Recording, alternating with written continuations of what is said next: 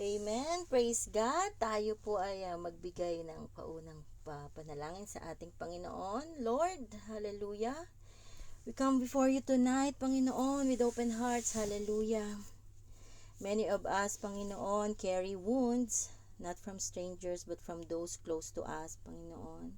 Words that pierce, Panginoon, judgments that stung. But today, Lord, teach us to stand firm, hallelujah, to be faithful even when misunderstood, hallelujah.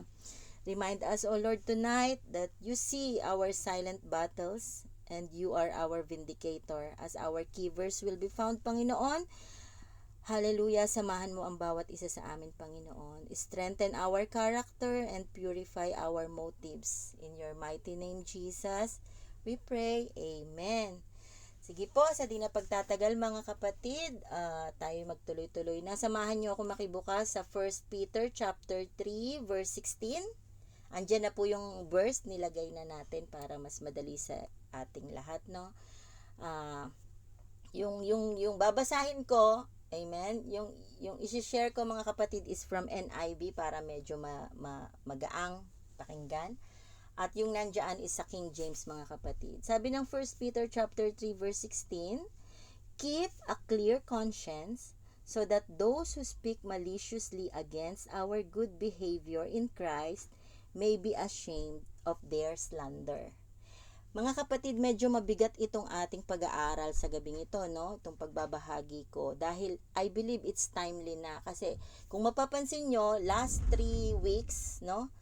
Na nag-e-exhort ako, I don't know what's the dealing of our Lord, but I believe na may kinukorek talaga ang Lord sa atin. Kasi we cannot say na tayo ay mabuti, wala tayong sinasagasaang tayo, but deep in our hearts, ano ba yung tunay na motive natin kapag tayo ay sumasamba, kapag tayo ay nakakasalamuhan ng mga ibang tao, not just our kapatiran, no? But for tonight, hallelujah, faithful in the face of attacks. Tuturuan tayo ng Panginoon kung paano natin haharapin ang mga battles na ito.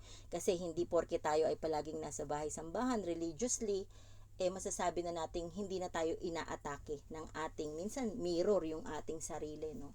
So ngayon mga kapatid, pag-aralan natin ang atake sa loob ng simbahan.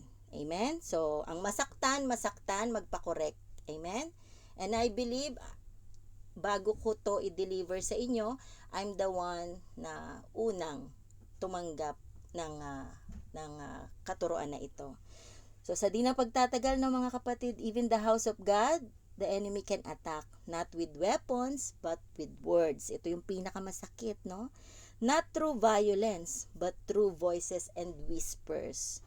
But, what do you do when people question your sincerity or twist your intentions? Another question mga kapatid.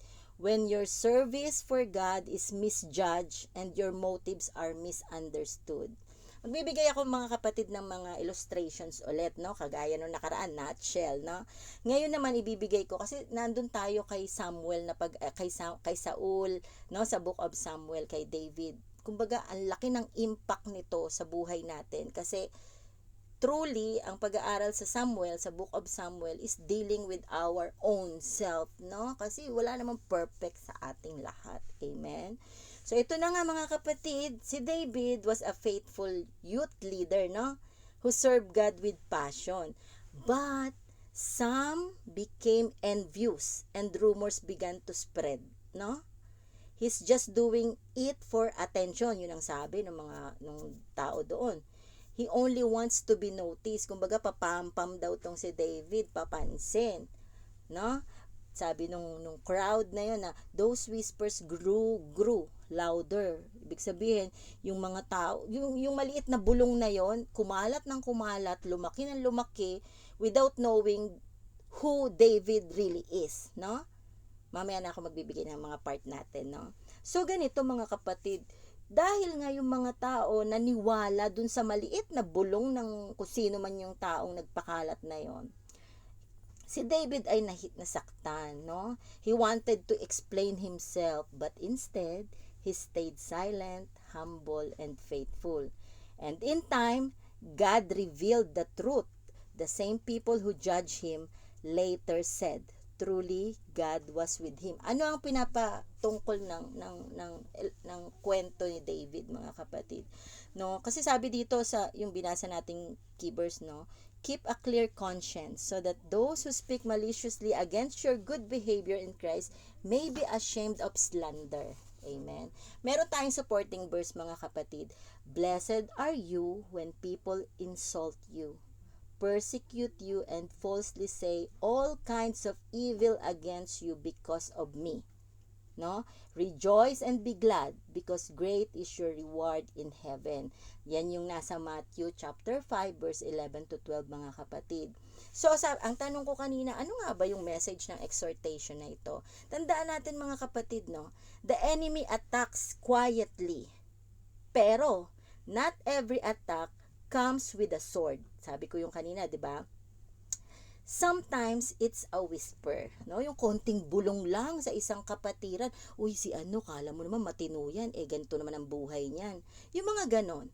So, ganito, mga kapatid, Satan loves to use gossip, jealousy, and misunderstanding to divide God's people. But remember, the louder the lie, the stronger your truth must shine. Diba?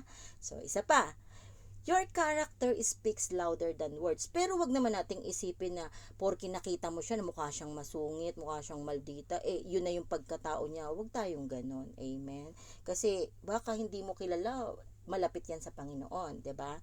So you don't need to fight every rumor.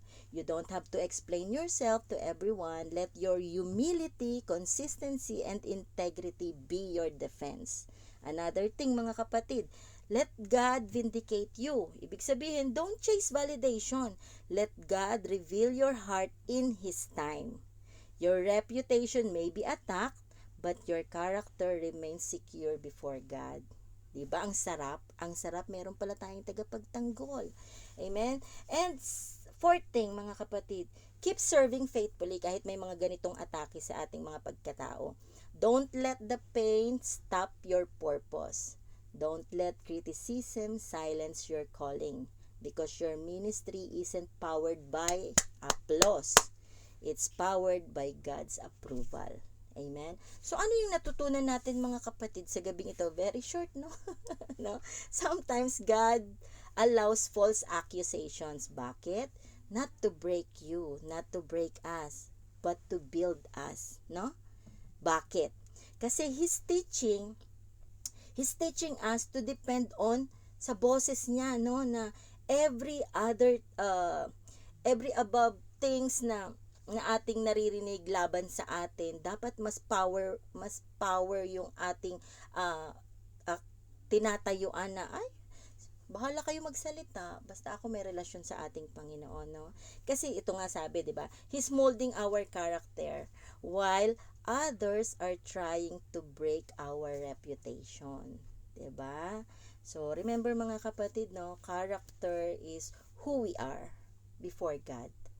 Reputation is what others think about us, no? So, when time comes na sa ganitong mga pag-atake, no, ng iba, ang gagawin lang natin is to respond with grace, not with anger, no? Walk in transparency and integrity. Let the truth document itself.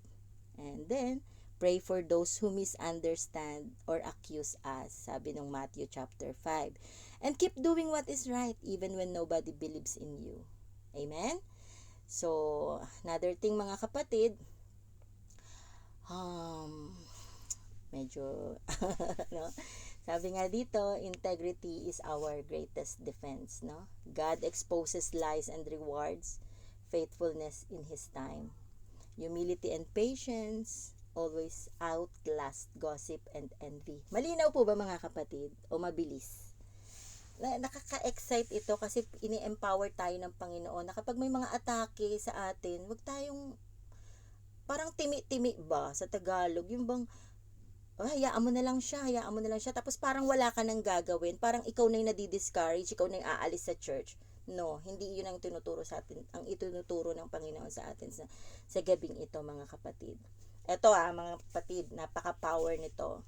So when people try to destroy your name, Don't waste your breath defending yourself. No? So, ano pa ba?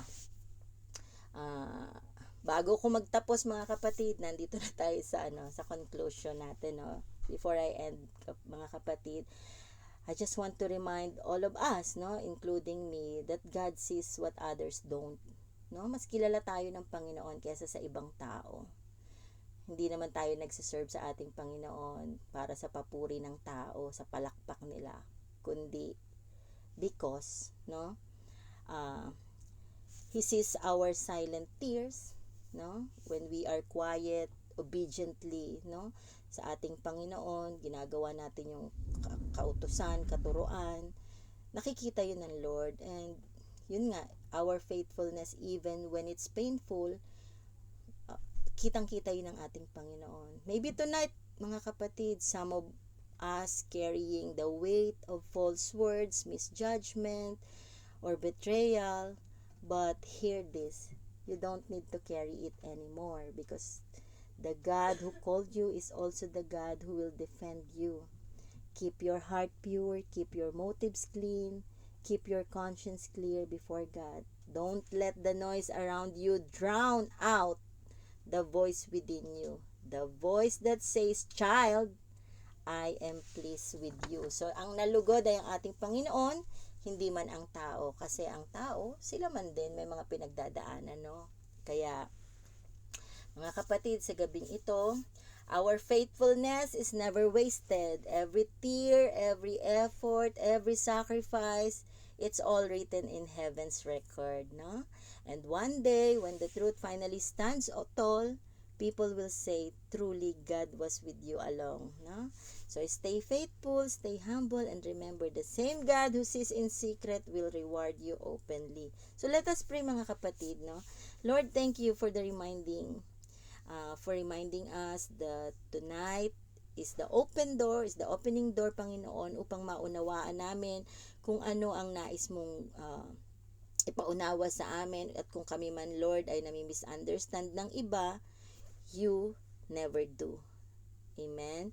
So, Lord, help us walk with humility, in truth and love, not seeking to prove ourselves, but to please you. Strengthen our hearts, heal our wounds, and keep us faithful until the end. This all I pray, Panginoon. All we pray in your mighty name, Jesus. Amen. God bless po. Sa iyo lang, Panginoon, ang kapurihan. God bless po sa lahat. Back to you, Sister Rita.